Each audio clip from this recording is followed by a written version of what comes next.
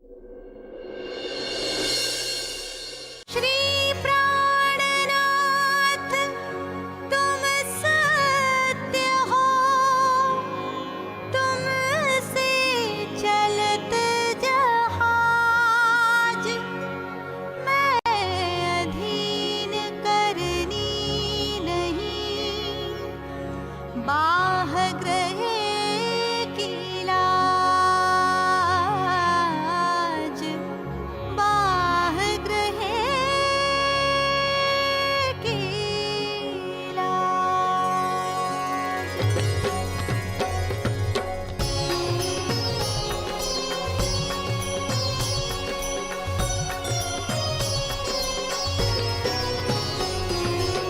पूर्ण ब्रह्म ब्रह्म से न्यारे, आनंद अखंड अपार मेरे वाला जी, आनंद अखंड अपारे, आनंद अखंड अपारे।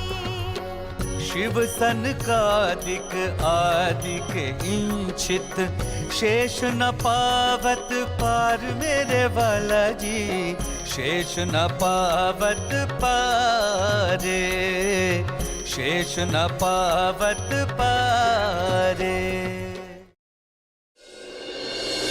जिनके चरणों में अनंत ज्ञान, प्रेम, आनंद और शांति का सागर लहरा रहा है, जिनकी कृपा के सागर की एक बूंद से ही समस्त ब्रह्मांड को अखंड मुक्ति का उपहार मिला है, जिनके हृदय से प्रवाहित होने वाली तारतम वाणी की अमृत धारा समस्त विश्व को अपने आंचल में समेट लेने वाली है, जिनको अपने हृदय मंदिर में बसा लेने पर एकरूपता का मधुर एहसास होता है, उस प्राणेश्वर, प्राण प्रियतम, प्राण वल्लभ, प्राण जीवन, प्राणनाथ के चरणों में हमारा सर्वस्व समर्पण है। हमारी अंतरात्मा की यही पुकार है, बस तू ही तू है, तू ही तू है, तू ही तू है।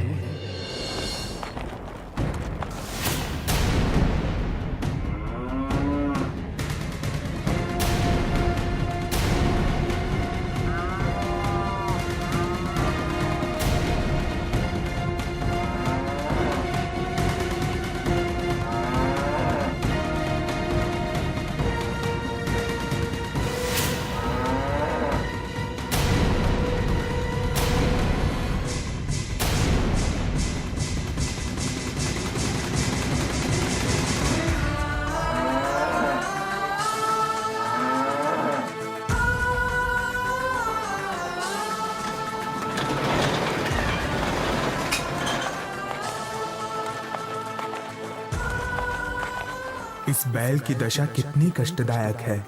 एक तो रेतीली जमीन जिसमें गाड़ी का पहिया बार बार धंस रहा है, दूसरा गाड़ी पर बैठे सुंदर साथ का भार, जिसके कारण ये गाड़ी को आसानी से नहीं खींच पा रहा है। फिर भी गाड़ीवान उसे मारते हुए आगे बढ़ने का आदेश दे रहा है। उसे मजबूर होकर गाड़ी को खींचना पड़ रहा है। मेरी भी दशा कुछ ऐसी ही है। एक तो समस्त ब्रह्मात्माओं को खोजने व जगाने का कार्य वैसे ही बहुत कठिन है, ऊपर से विषम सांसारिक परिस्थितियां और बिहारी जी के अत्याचार मुझे जागने कार्य करने में पल पल बाधा डाल रहे हैं। किंतु श्री राज जी महाराज के आदेश और धार्मिक जिम्मेदारी के कारण मैं जागने कार्य छोड़कर बैठ भी नहीं सकता हूँ। इस बैल के समान मुझे कष्ट उठाते हुए भी आगे बढ़ना होगा।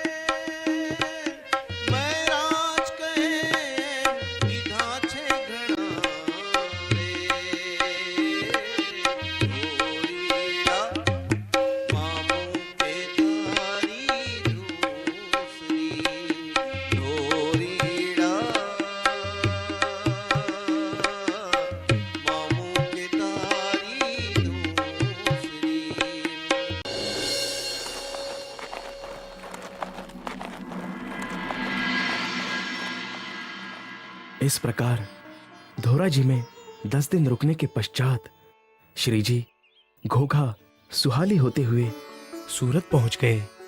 सूरत में सर्वप्रथम वे भगवान दास के घर पर ठहरे। तत्पश्चात मोहनदास जी के आग्रह करने पर उनके यहां पधारे।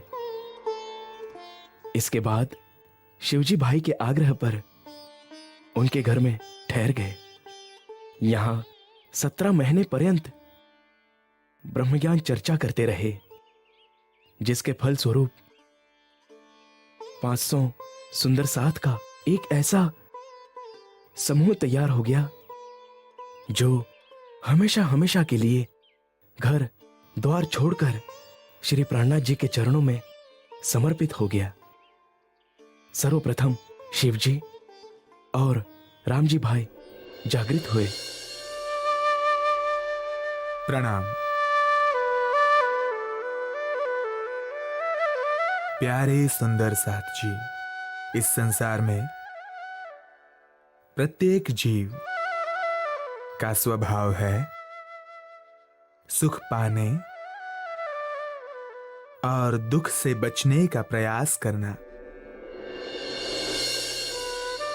किंतु ज्ञान न होने के कारण या तो वो इस नश्वर जगत के क्षणिक सुखों की चाहना करता है या स्वर्ग वैकुंठ जाने का प्रयास करता है, किंतु अखंड का ज्ञान न होने से वो क्षर जगत व निराकार मंडल को पार करके बेहद मंडल में भी नहीं जा पाता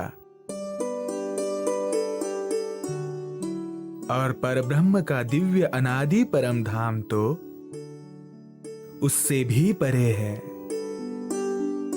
ब्रह्म ज्ञान के अभाव में अनेकों ऋषियों की तपस्याएं व्यर्थ हो गई, साधकों की साधना व्यर्थ हो गई, भक्तों की भक्ति व्यर्थ हो गई।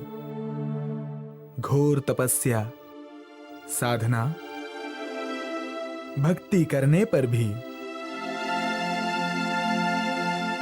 जिस ब्रह्म ज्ञान की एक बूंद कोई प्राप्त नहीं कर सका, अब उसी ब्रह्म ज्ञान की वर्षा हो रही है। स्वयं अक्षरातीत, सारी दुनिया के साहिब, सबके प्राणों के नाथ श्री राज जी महाराज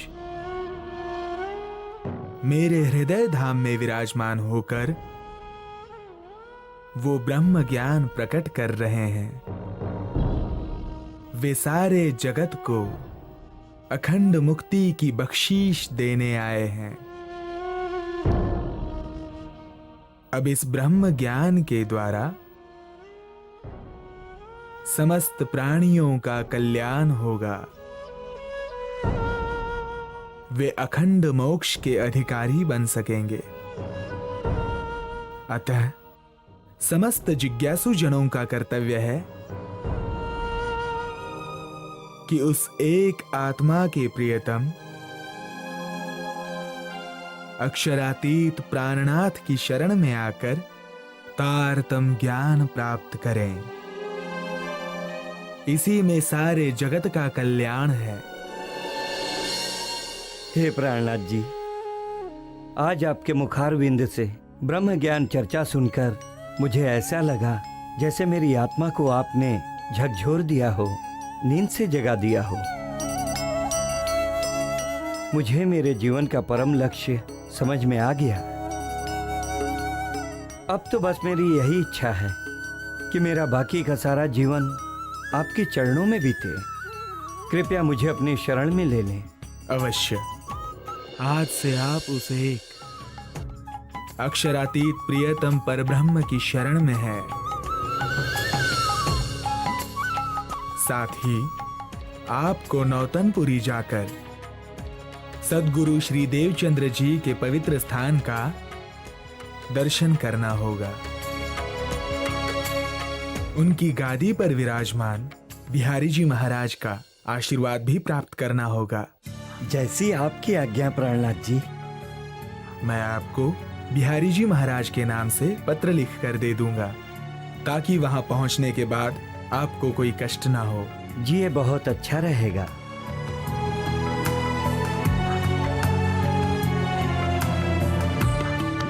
हे प्राणनाथ जी, मेरा नाम रामजी भाई है। मैं भी आपकी शरण में आना चाहता हूँ। अवश्य। वे अक्षरातीत परब्रह्म सबके प्राणों के नाथ है, सबकी आत्मा के स्वामी है।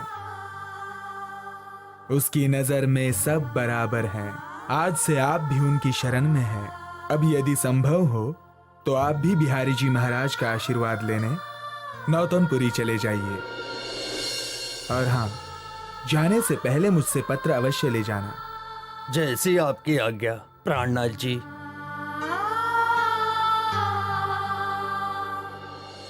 इस प्रकार श्री प्राणनाथ जी का निर्देश पाकर वे दोनों नौतनपुरी के लिए निकल पड़े।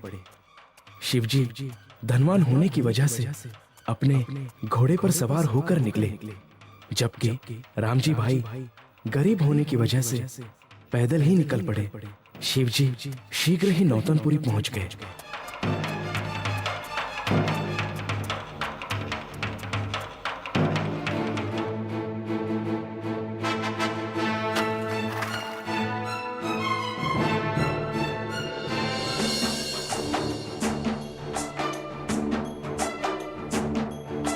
प्रणाम सुंदर साथ जी। प्रणाम। आप कौन हैं और कहां से आए हैं?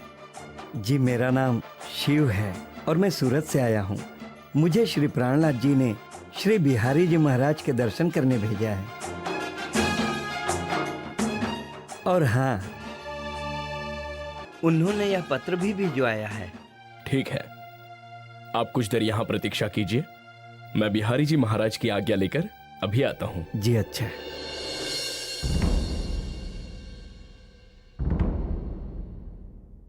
प्रणाम बिहारी जी महाराज। सूरत से मिहिरा जी का पत्र लेकर एक सुंदर साथ आए हैं और वह आपके दर्शन करना चाहते हैं। वो दिखने में कैसा है और किस सवारी से आया है? दिखने में तो बहुत ही बड़े घर के मालूम पड़ते हैं। रेशमी वस्त्र और कीमती आभूषण पहने हुए हैं और वे यहाँ पर अरबी घोड़े पर सवारी करके आए हैं। तो इसका मतलब वो धनवान है। जाओ, जाकर उन्हें तुरंत अंदर ले आओ। जी महाराज जी। आइए। जी चलिए। प्रणाम।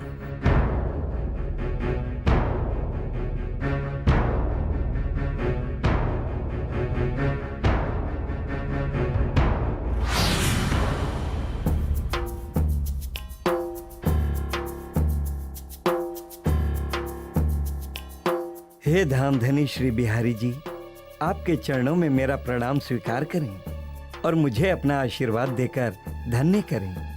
मेरा आशीर्वाद तुम्हारे साथ है। मैं जान गया हूं कि तुम परम धाम की निर्मल आत्मा हो। ऐसे ही सेवा करते रहो। तुम्हारी आत्मा परम धाम में अपना स्थान अवश्य प्राप्त करेगी। आपकी बड़ी कृपा है महाराज जी। मैं आपकी सेवा में कोई कमी नहीं रखूंगा। अब आप जाकर हमारे मुख्य अतिथि गृह का आनंद उठाइए। आपसे बाद में भेंट होगी। उधर रामजी भाई पैदल चलते हुए कई दिनों के बाद जब वहां पहुंचे। प्रणाम भाई, मेरा नाम रामजी भाई है।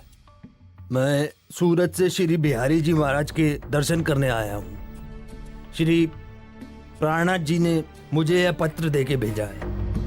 ठीक है, तुम यहीं रुको, मैं बिहारी जी महाराज से आज्ञा लेकर आता हूं।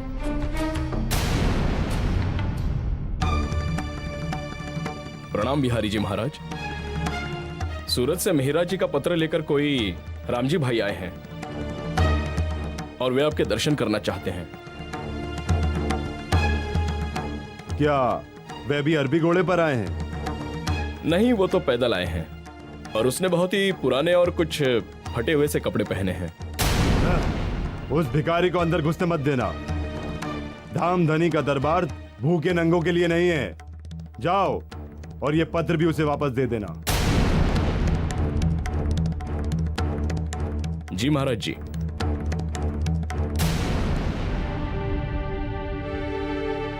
भाई, बिहारी जी महाराज ने आज्ञा दे दी ना, अब मैं उनके दर्शन करने के लिए अंदर जा सकता हूँ ना? नहीं, बिहारी जी महाराज ने तुम्हें अंदर आने से मना कर दिया है और ये पत्र भी वापस लौटा दिया है। अंदर आने से मना कर दिया? लेकिन क्यों? उनके पास समय नहीं है तुमसे मिलने के लिए। देखो भाई, मैं बहुत दूर से सूरत से पैदल चलते हुए भूखा प्यासा उनके दर्शन करने आया हूँ। मुझे किसी भी तरह एक बार उनके दर्शन करा दो। मैं तुम्हारा जीवन भर आभारी रहूंगा भाई। जब एक बार कह दिया कि वो तुमसे नहीं मिल सकते तो मेरे पीछे क्यों पड़ गए हो? चुपचाप यहाँ से चले जाओ।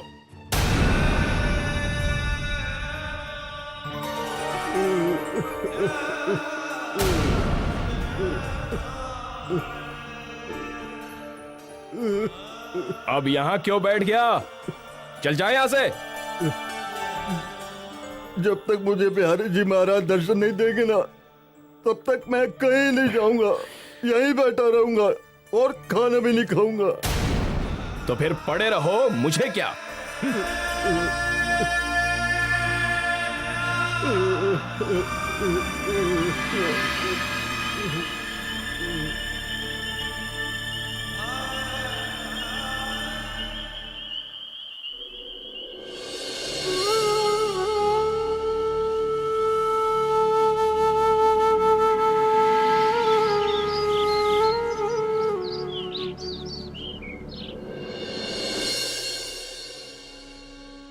इस प्रकार भूखे प्यासे 3 दिनों तक रामजी भाई वहां बैठे रहे, किंतु किसी ने भी उन पर दया नहीं की। 3 दिन बाद जब सेवक ने इस बात की खबर बिहारी जी को दी। महाराज जी, वो राम जी 3 दिन से बाहर बैठा हुआ है और 3 दिन से उसने कुछ खाया पिया नहीं और यही जिद लेकर बैठा है कि जब तक बिहारी जी महाराज के दर्शन नहीं होंगे तब तक न कुछ खाऊंगा, न कुछ पीऊंगा और न यहां से जाऊंगा। कहीं ऐसा ना हो कि वो यहीं बाहर बैठे बैठे मर जाए। मरता है तो मरे, भूखे रहने के लिए मैंने थोड़े कहा है। मैं इतना सस्ता दामधनी नहीं हूं कि हर कोई मेरा दर्शन करता फिरे। उसे जाकर कह दो मैं ऐसे भिखमंगों को दर्शन नहीं दूंगा। वो तमाशा ना करे और चुपचाप यहां से चला जाए। जो आ गया महाराज जी।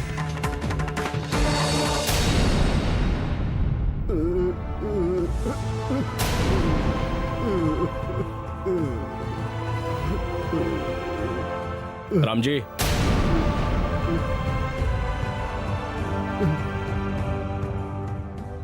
इस प्रकार जब सेवक ने बिहारी जी के द्वारा कही गई सारी बात रामजी भाई को बताई तो वे निराश होकर वापस चल पड़े। किंतु उनके मन में अब अपने पर हुए अत्याचार के कारण असंतोष की भावना पैदा हो चुकी थी। मनुष्य को जीवन में पल पल अनेक प्रकार की कसौटियों का सामना करना पड़ता है। इस संसार में 3 तरह के मनुष्य होते हैं। पहले वे जो बाधाओं के डर से कार्य शुरू ही नहीं करते हैं। दूसरे वे जो कार्य तो शुरू कर देते हैं किंतु थोड़ी सी बाधा आने पर कार्य को बंद कर देते हैं। तीसरे प्रकार के लोग वे होते हैं जो दृढ़ निश्चय के साथ कार्य शुरू करते हैं और कितनी ही बाधाओं के आने पर भी हिम्मत नहीं हारते, अपितु निरंतर आगे बढ़ने का प्रयास करते रहते हैं।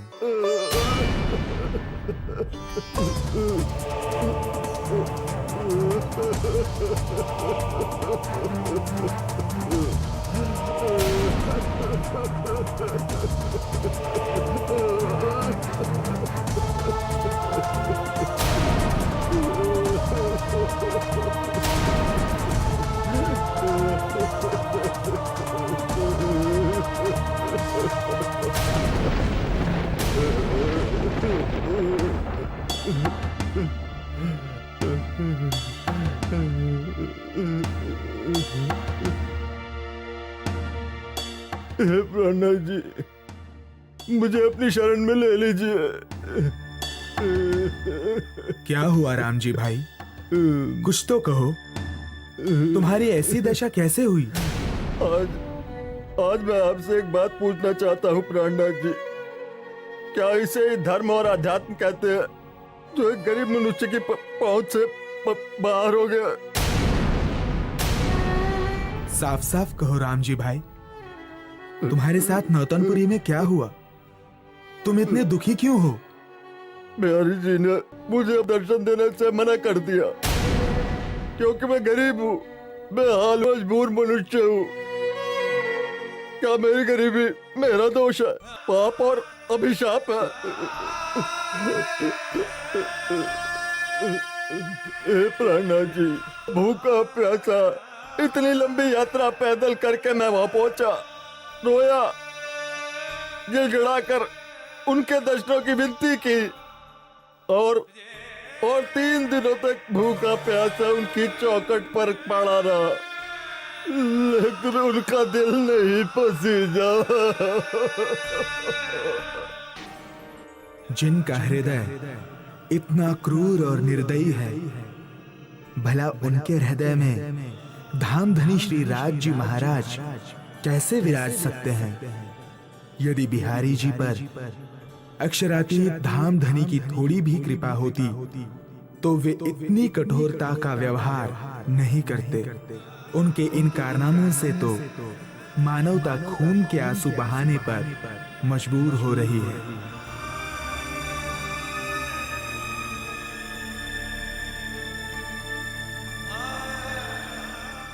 तुम चिंता मत करो राम जी भाई, आज से तुम मेरी शरण में रहोगे और तुम्हें कहीं जाने की आवश्यकता नहीं है। हे प्राणनाथ जी, मेरे लिए तो आप ही धाम के धनी है। मैं आपके चरणों को छोड़कर कहीं नहीं जाऊंगा, कहीं नहीं जाऊंगा।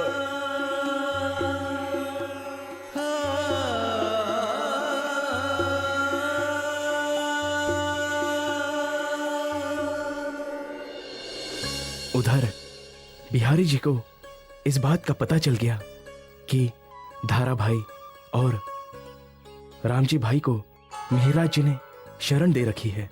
बस इतना सुनते ही वे आपे से बाहर हो गए। उस मेहराज की इतनी हिम्मत कि वो मेरा आदेश खुलेआम ठुकराने लग गया है।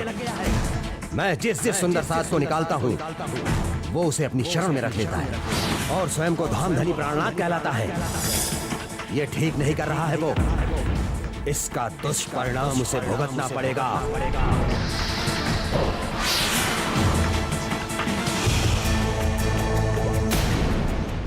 बिहारी जी के नाराज होने की बात जब श्री प्राणनाथ जी को पता चली तब उन्होंने कहा, चाहे बिहारी जी नाराज हो या सारी दुनिया नाराज हो, किंतु किसी भी स्थिति में मैं अपने निर्बल, तिरस्कृत और निष्कासित सुंदर साथ को नहीं छोड़ूंगा।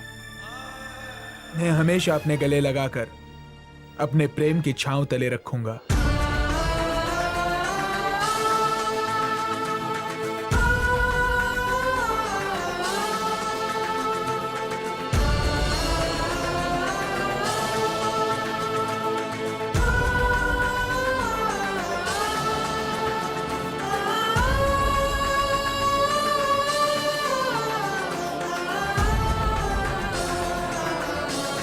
प्रणाम प्राणनाथ जी।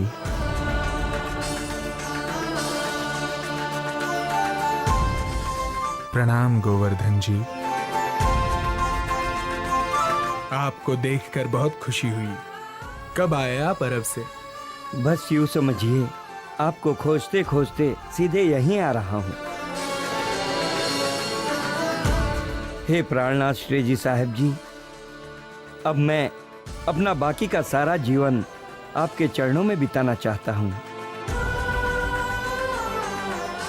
कृपया मुझे अपनी शरण में रखें।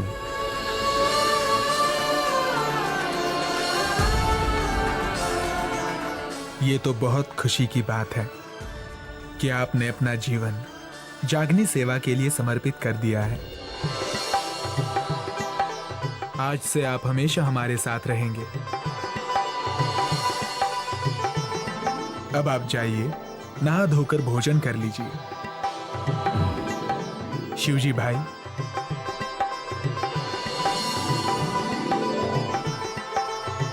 इनके रहने की उचित व्यवस्था कीजिए। जी प्राणनाथ जी।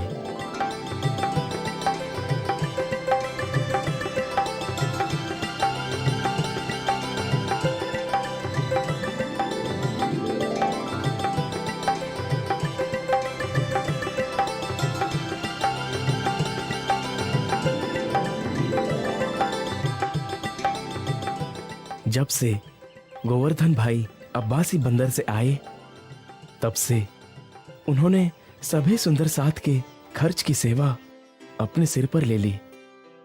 इसी सेवा में तो जीवन की सार्थकता छिपी है। ना कछु इन सेवा समान, जो दिल संकुल करे पहचान। तुम प्रेम सेवा से पाओगे पार, ए वचन धनी के कहे निर्धार।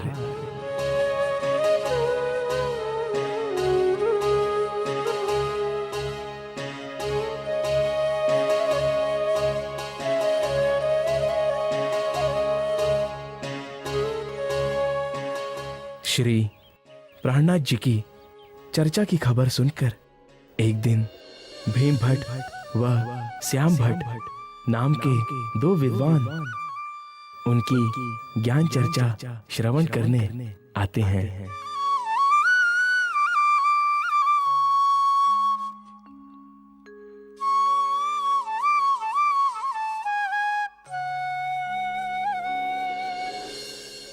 प्रिय जिज्ञासुजनों,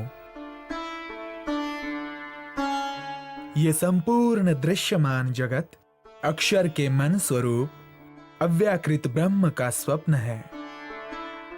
उस अक्षर ब्रह्म के पलक झपकने मात्र समय में ऐसे असंख्यों ब्रह्मांड उत्पन्न होकर लय को प्राप्त हो जाते हैं।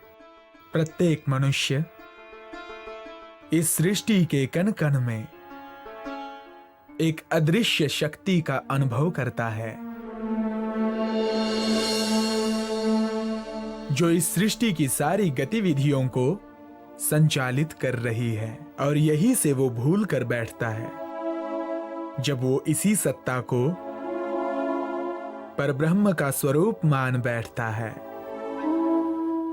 यदि इस मायावी सृष्टि के कण कण में सच्चिदानंद परब्रह्म का स्वरूप होता, तो ये संपूर्ण जगत भी उसके समान चेतन, आनंदमयी और अविनाशी होता। सृष्टि में जन्म मृत्यु का चक्र नहीं होता। प्रत्येक प्राणी पूर्ण ज्ञानवान होता। जगत के कण कण में लौह अग्निवत ब्रह्म रूपता की झलक मिलनी चाहिए थी, किंतु वास्तविकता यह है कि जिस प्रकार अंधेरे के कण कण में सूर्य व्यापक नहीं हो सकता, जिस प्रकार स्वप्न के अंदर कभी भी साक्षात नहीं आ सकता, उसी प्रकार इस मायावी जगत के कण कण में उस सच्चिदानंद परब्रह्म का वो अखंड प्रकाशमान स्वरूप व्यापक नहीं है। हे प्राणनाथ जी, कृपया विस्तार से समझाएं कि उस पर ब्रह्म का स्वरूप कहाँ और कैसा है, तथा इस सृष्टि की रचना कौन और कैसे करता है। अक्षर ब्रह्म के हृदय में जब ऐसे असंख्यों ब्रह्मांडों को देखने की इच्छा उत्पन्न होती है तो उस इच्छा को मूल प्रकृति कहते हैं। ये मूल प्रकृति ही सूक्ष्म परमाणुओं के महासागर कारण प्रकृति को उत्पन्न करती है। अक्षर ब्रह्म के चित्त का स्वरूप सबलिक ब्रह्म है, जहां चिदानंद लहरी शक्ति व पुरुष का स्थान है, जिसका व्यक्त स्वरूप सुमंगला शक्ति व पुरुष है। प्रणव ब्रह्म व रोधिनी शक्ति इन्हीं के कला रूप हैं, जो व्यक्त रूप में जगत की उत्पत्ति और संहार की लीला करते हैं। यही प्रणव ब्रह्म महामोह रूप नींद में आदि नारायण के रूप में प्रकट होता है। लय के उपरांत आदि नारायण और काल माया की प्रकृति यहीं लीन हो जाते हैं।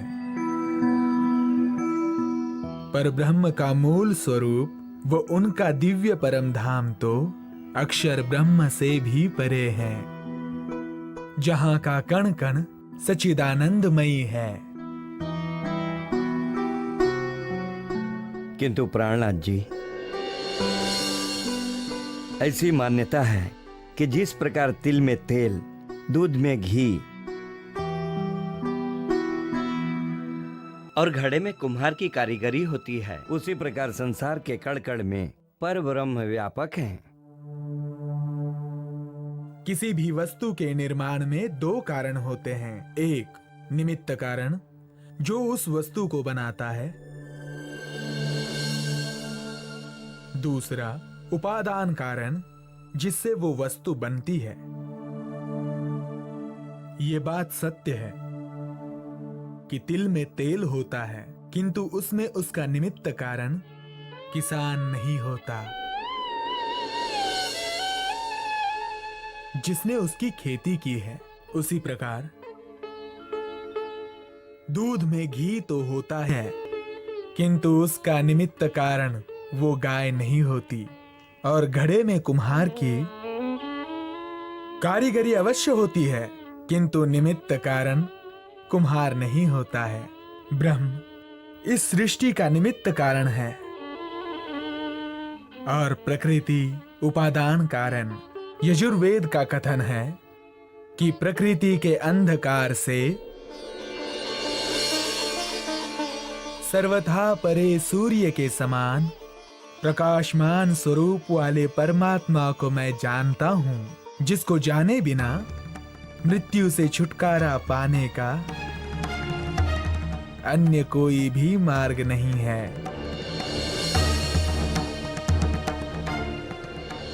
हाय रे ब्रह्म ज्ञानी ब्रह्म दिखला,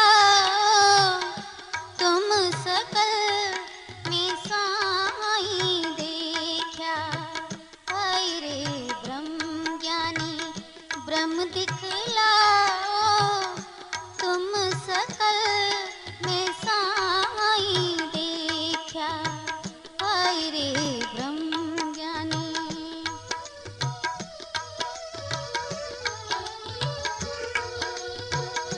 यह संसार सकल है सपना,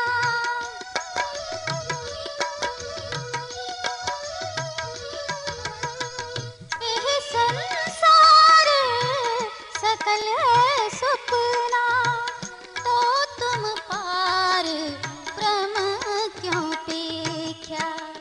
हाय रे ब्रह्म ज्ञानी ब्रह्म दिखला, तुम सकल में साई देखा।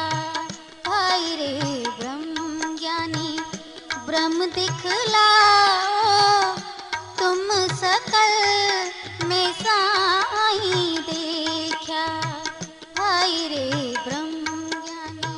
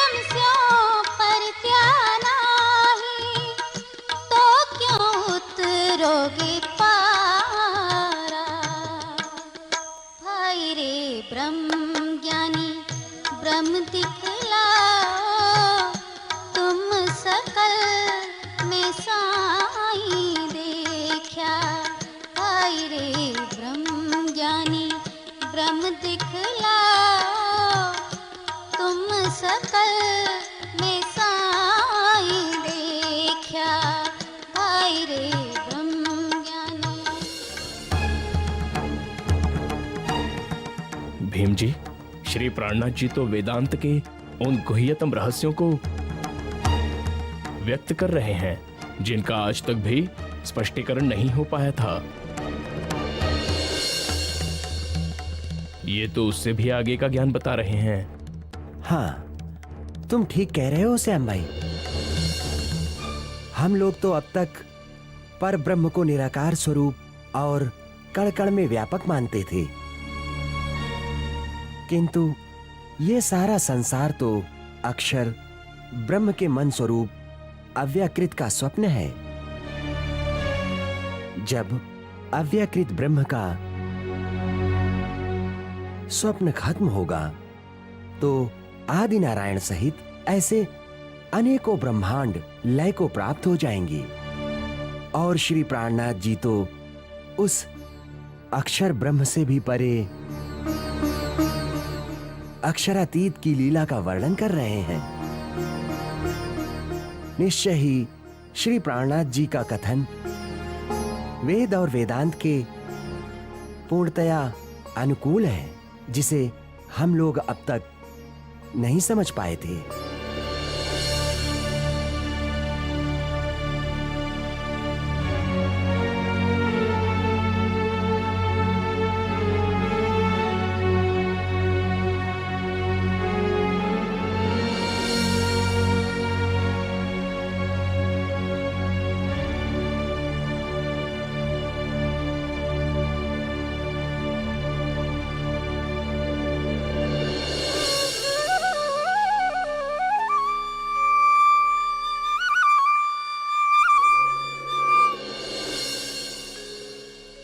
हे प्राणनाथ जी, मेरा नाम भीम भट्ट है और इनका नाम श्याम भट्ट है। आज आपके मुखारविंद से ब्रह्म ज्ञान चर्चा श्रवण करके हमें सत्य की पहचान हो गई है। वेदांत के बहुत से अनसुलझे रहस्यों की समझ आ गई है। आज से हम आपकी शरण में आते हैं।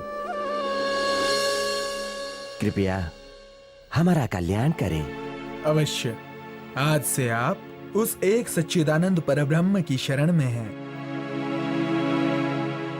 जो सबके साहिब हैं, प्राणों के नाथ हैं और आत्मा के प्रियतम हैं।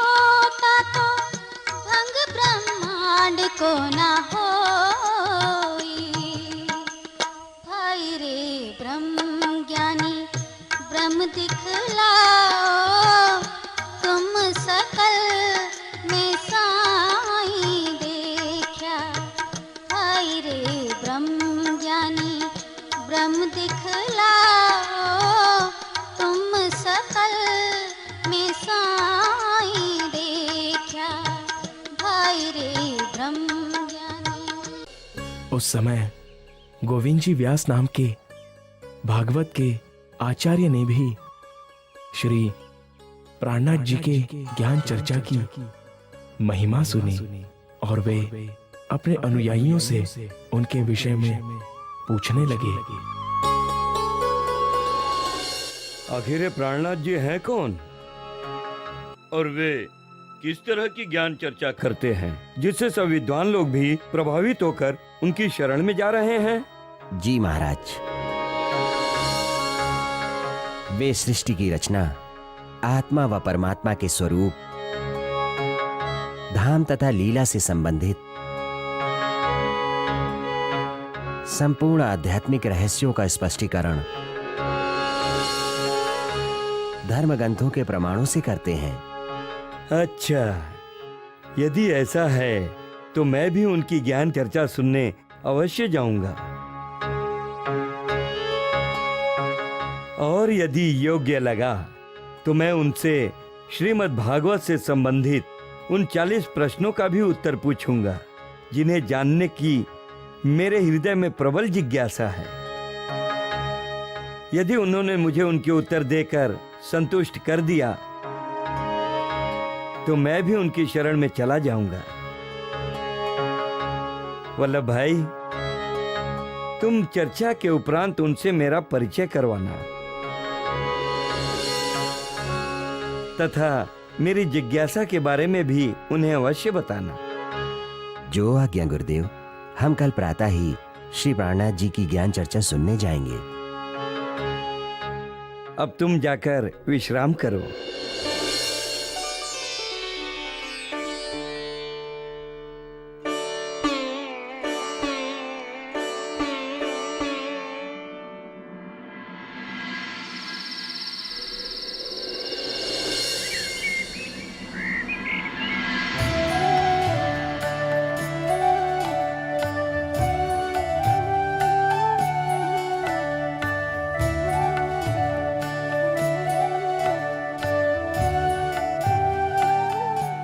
सच्चिदानंद परब्रह्म का दिव्य परम धाम इस क्षर जगत और अक्षर के बेहद मंडल से भी परे है।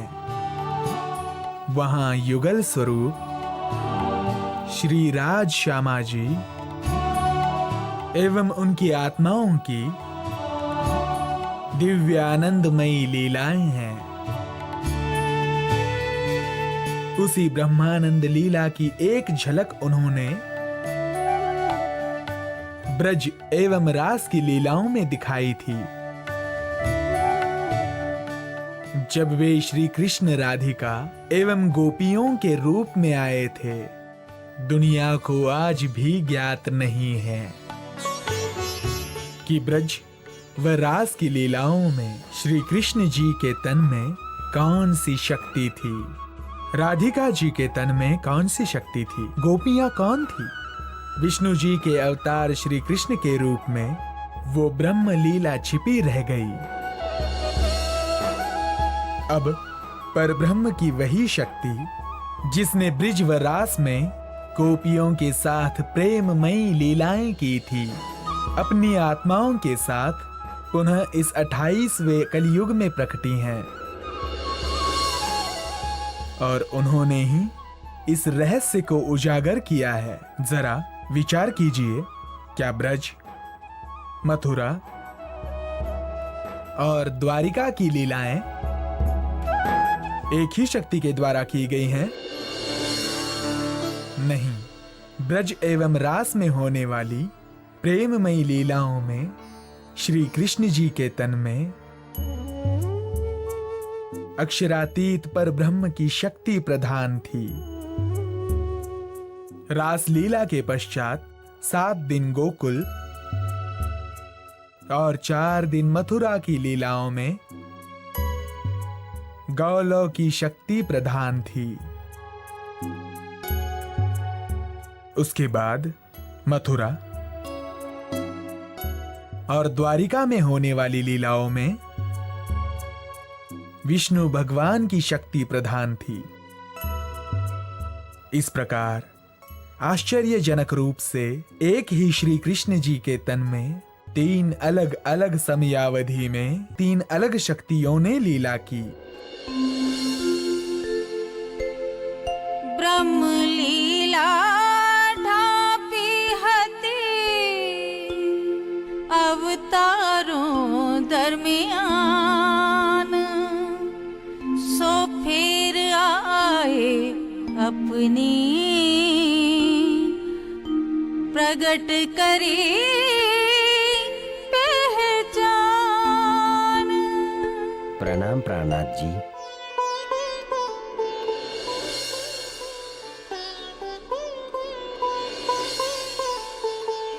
मेरा भी प्रणाम स्वीकार कीजिए प्राणनाथ जी। प्रणाम। हे प्राणनाथ जी, ये भागवत के प्रसिद्ध विद्वान गोविंद जी व्यास हैं और आपके पास श्रीमद् भागवत से संबंधित कुछ 40 प्रश्नों का समाधान पाने के उद्देश्य से आए हैं। आपका हार्दिक अभिनंदन है। आप आराम से बैठ जाइए और अपने सभी प्रश्न एक एक करके पूछते जाइए। विराजिए।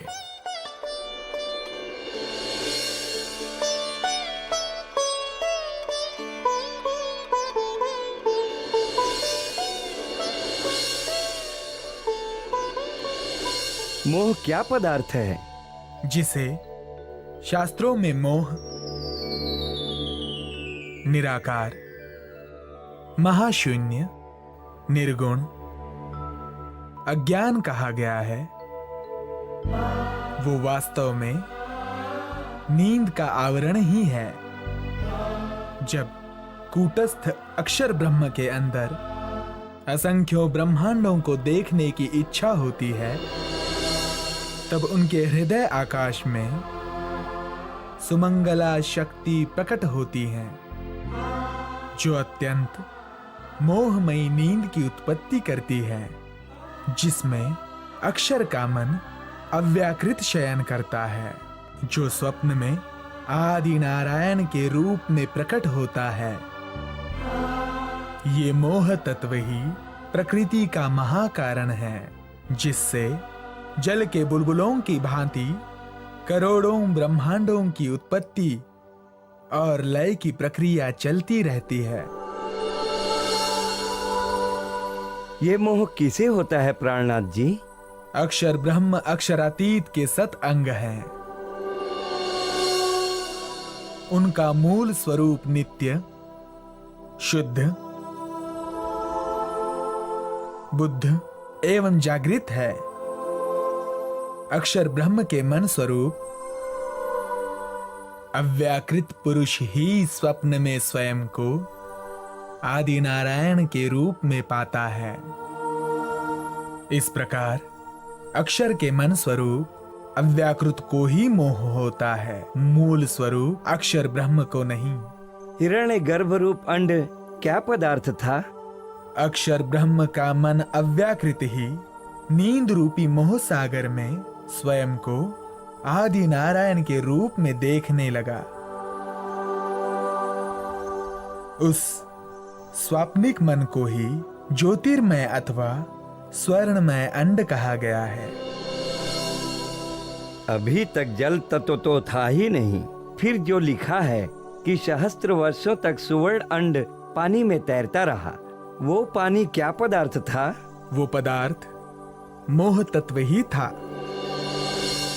जिसे जल करके वर्णित किया गया है।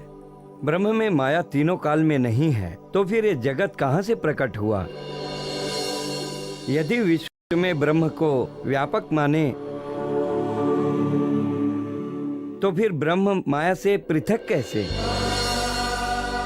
इस मायावी जगत की उत्पत्ति का कारण अव्याकृत के महाकारण में स्थित सुमंगला पुरुष का स्वप्न है।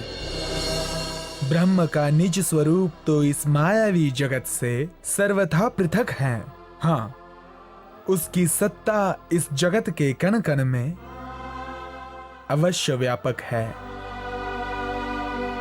यदि ब्रह्म साकार है तो कृपया उसका स्वरूप धाम आदि कहिए। यदि वो निराकार है तो उसे स्वप्न दशा नहीं हो सकती। साकार, निराकार प्रकृति के स्वरूप हैं, ब्रह्म के नहीं। धर्म ग्रंथों में जहां भी ब्रह्म के स्वरूप का निषेध किया गया है, वो पंच भौतिक या प्राकृतिक शरीर का निषेध है, ना कि दिव्य अखंड स्वरूप का। यजुर्वेद का कथन है कि वो ब्रह्म पंच भौतिक शरीर नस नाड़ी से रहित, निष्पाप, शुद्ध तथा नूरमयी स्वरूप वाला है। वो निराकार इसलिए नहीं हो सकता क्योंकि अथर्ववेद में उसे कांतिमान व मनोहर स्वरूप वाला कहा गया है। ब्रह्म को इच्छा रहित कहा गया है। फिर ब्रह्म को इच्छा हुई ऐसा भी लिखा है।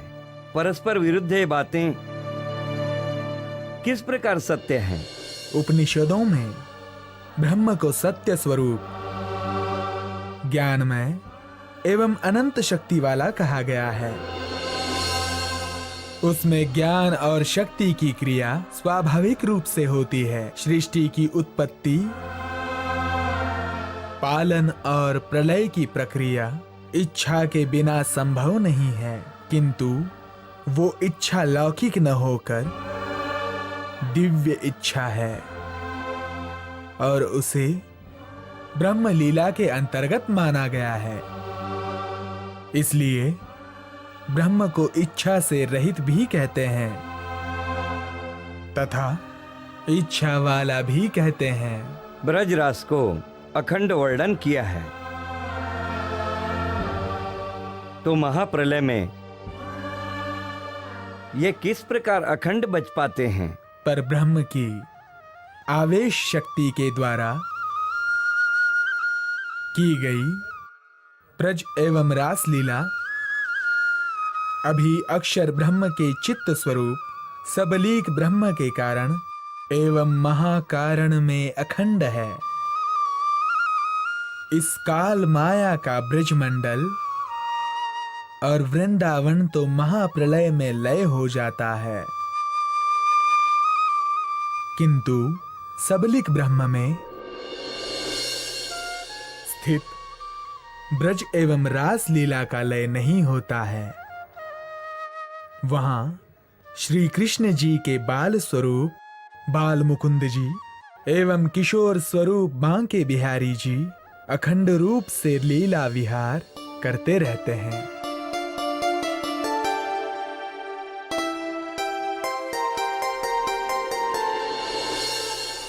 रास रात्रि को अखंड करके लिखा है।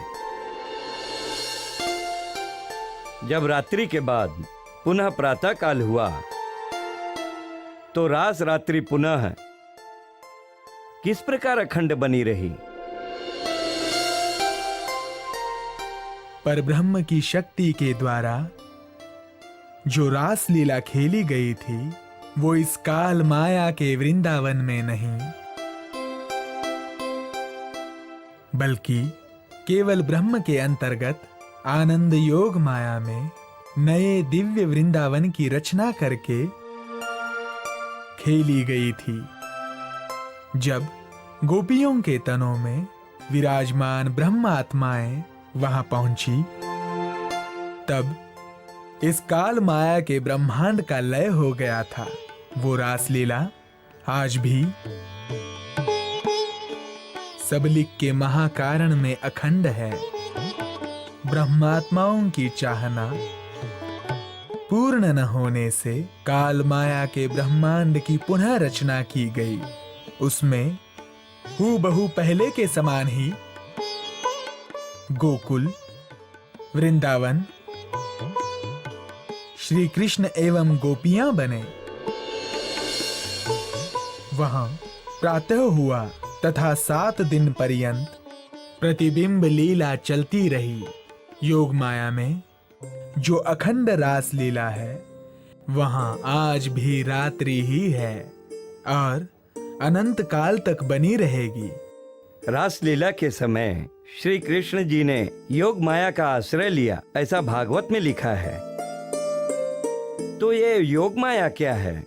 योग माया अनादि ब्रह्म की अनादि माया शक्ति है। रासलीला के समय गोपियों के चले जाने पर भी उन्हें ढूंढने के लिए कोई नहीं निकला और न गोपियों के पैरों के चिन्ह मिले। इसका कारण क्या था?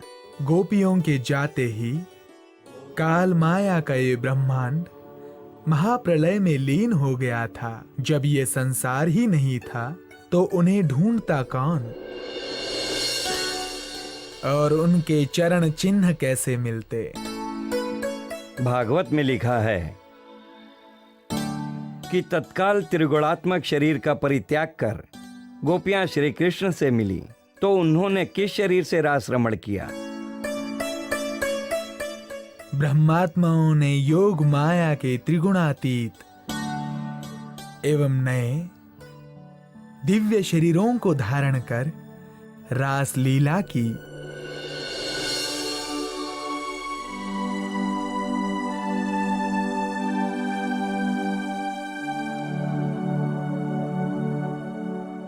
भागवत में विष्णु भगवान कहते हैं कि जितने प्रिय मुझे परमहंस लगते हैं उतने प्रिय ब्रह्मा, शंकर, लक्ष्मी, शेष और मेरी आत्मा भी नहीं है। उनकी चरण रेणु से पवित्र होने के लिए मैं उनके पीछे पीछे फिरा करता हूँ। वे परमहंस कौन हैं? वे हो गए हैं या होंगे?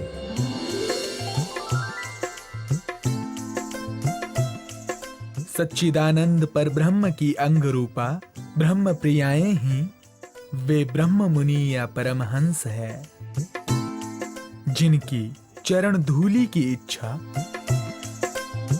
स्वयं भगवान करते हैं। यही आत्मा रूप ब्रह्म मुनि ब्रज की लीला में गोपियों के तनों में थी, पुनः रास में गए और इस 28वें कलयुग में पुनः प्रकट हुए हैं। अध्यात्म के इन अनसुलझे रहस्यों को खोलने वाला कोई साधारण मनुष्य नहीं हो सकता है। निश्चय ही इनके अंदर पर ब्रह्म की शक्ति विराजमान है।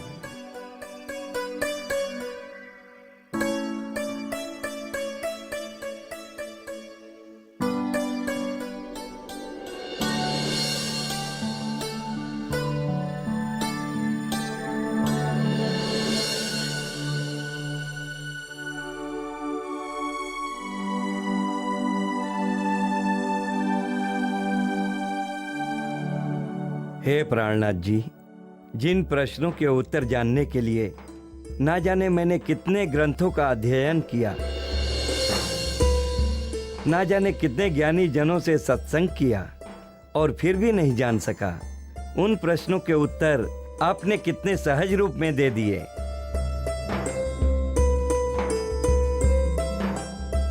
हे प्राणनाथ जी, आज आपके चरणों में आकर मैं धन्य हो गया।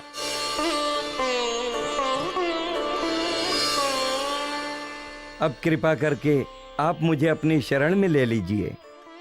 अवश्य। आज से आप भी उस अक्षरातीत पर ब्रह्म की शरण में हैं, जो सबके प्राणनाथ हैं, सबके साहिब हैं।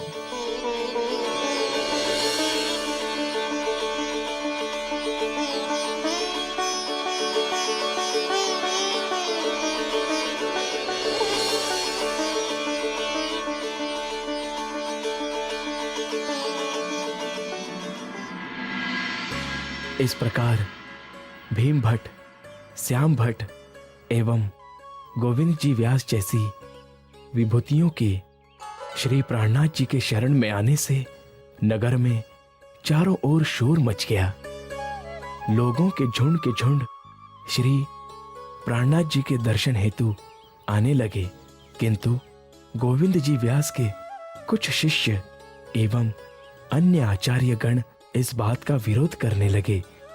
तब परब्रह्म की शक्ति से वैष्णव जनों को संबोधित करते हुए कुछ कीर्तन अवतरित हुए। ओ भाई मेरे वैष्णव कईवा को निर्मल जाकी आत्म। ओ भाई मेरे वैष्णव कईवा को निर्मल जाकी आत्म।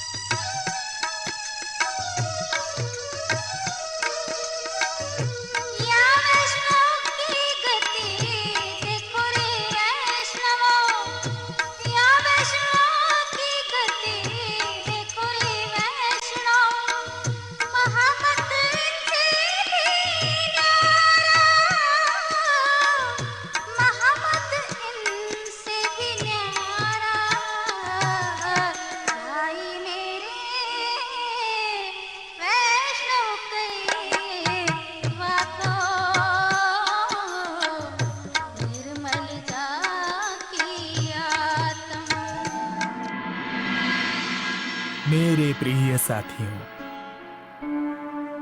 वैष्णव कहलाने का अधिकार उसी को है जिसका हृदय ज्ञान एवं प्रेम से निर्मल हो चुका हो, जो किसी भी प्रकार के बुरे कर्म न करे और जिसे सच्चिदानंद पर ब्रह्म की पहचान हो गई हो।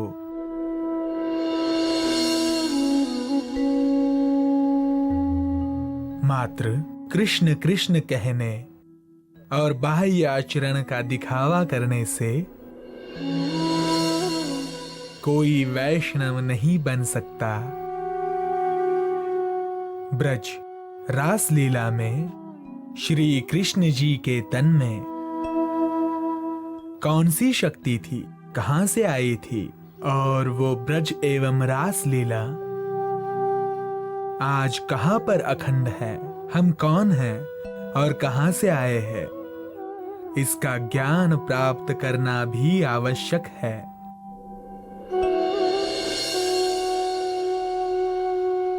क्योंकि पहचान के बिना पर ब्रह्म के प्रति पूर्ण प्रेम भी प्रकट नहीं हो पाता है।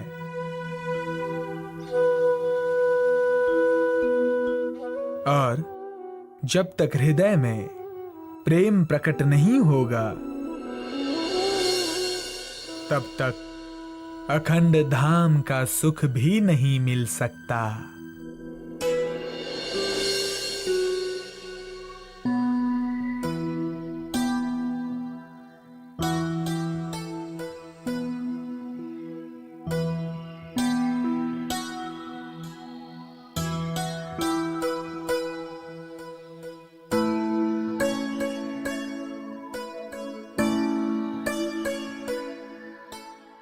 हे प्राणनाथ जी, मेरा नाम नागजी है। आज आपके मुखारविंद से ब्रह्म ज्ञान चर्चा सुनकर मुझे सत्य की पहचान हो गई है और मेरे जीवन का लक्ष्य समझ में आ गया है। अब मैं अपना बाकी का जीवन आपके चरणों में बिताना चाहता हूं। कृपया मुझे अपनी शरण में ले लीजिए। ठीक है, यदि तुम्हारी यही इच्छा है तो आज से आप भी हमेशा हमारे साथ रहेंगे। आपकी बड़ी कृपा